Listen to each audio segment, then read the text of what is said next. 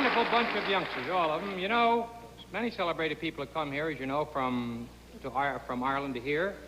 And just recently in show business, the fellow who was called upon to take over the part of Rex Harris in My Fair Lady came from Cork.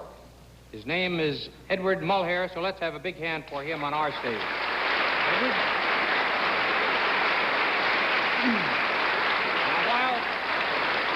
While we were in Cork and Ed found out about this, we were going to have this as the big surprise tonight, I went over and paid a visit to Edward's mother, a very charming Irish mother, and I brought this message back to you, Ed, from your mother. So could we have that film, please?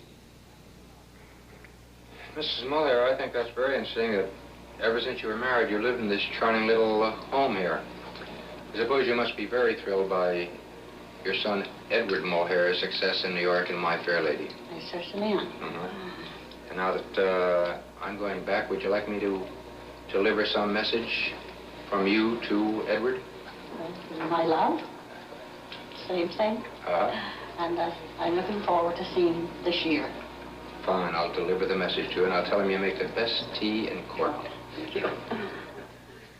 That must have been today a great thrill to see your mother, hear your mother talking to you. Indeed it was. And thank you very much for making it possible. You're very, very welcome, Edward. Now, inasmuch as your mother brews the best cup of tea in Cork, and you are brewing the best type of song on Broadway, how about singing a song from My Fair Lady? Sure.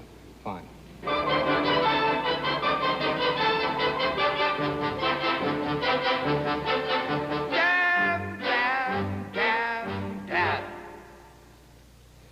I've grown accustomed to her face.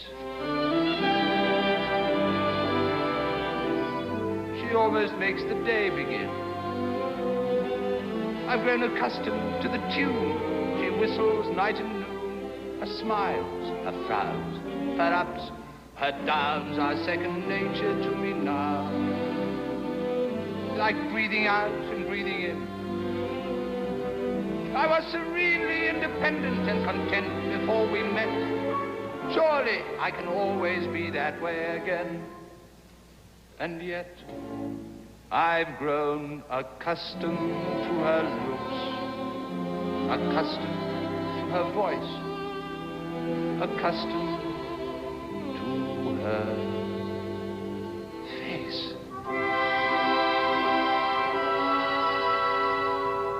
Marry Freddie. What an infantile idea.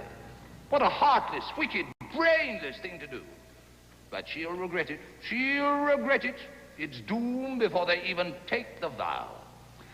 I can see her now, Mrs. Freddie Eynsford Hill, in a wretched little flat above a store. I can see her now, not a penny in the till, and a bill collector beating at the door.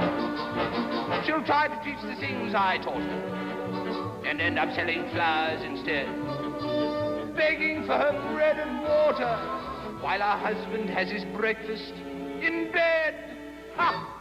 In a year or so, when she's prematurely gray and the blossom in her cheek has turned to chalk, she'll come home and lo, he'll have upped and run away with a social climbing heiress from New York. Poor Eliza. How simply frightful. How humiliating. How delightful. How poignant it'll be on that inevitable night when she hammers on my door in tears and rags. Miserable and lonely, repentant and contrite. Will I take her back or hurl her to the wolves? Give her kindness or the treatment she deserves? Will I take her back or throw the baggage out? I'm a most forgiving man, the sort who never could, never would, take a position and staunchly never budge. Just a most forgiving man. But I will never take her back. If she were crawling on her knees, let her promise to atone, let her shiver, let her moan. I will slam the door and let the hellcat free. Marry Freddie. Ha!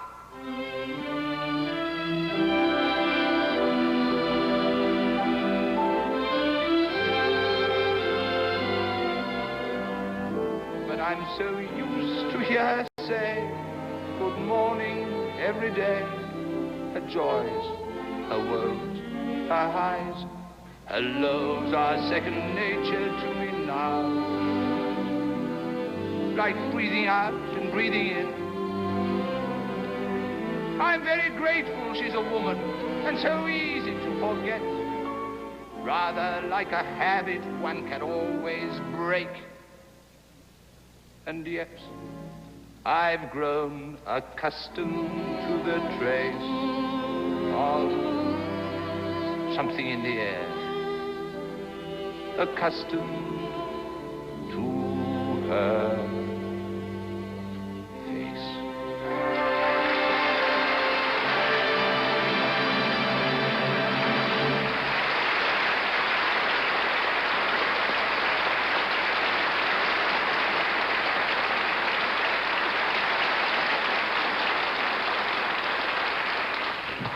Now, I have a very great privilege. I am to introduce a colleague of mine who is playing in The Music Man. We have a great deal in common. Our people come from Cork. We're both born in April, and we're both actors.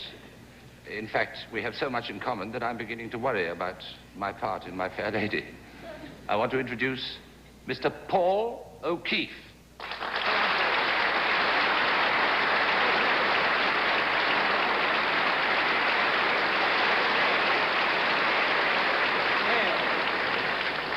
Edward Mulhare, we have to get a particular set because your set was so big we have to get a little set for him. Sure. So will you hold him there just a moment? Sure. Huh? Edward, you take over with the little boy with the green tie and the red hair. Yes, it's lovely to see your green tie and your red hair. Paul is 7½. You can't? Is 7½ and he's going to sing Dear Old Donegal, right? Right. Go ahead.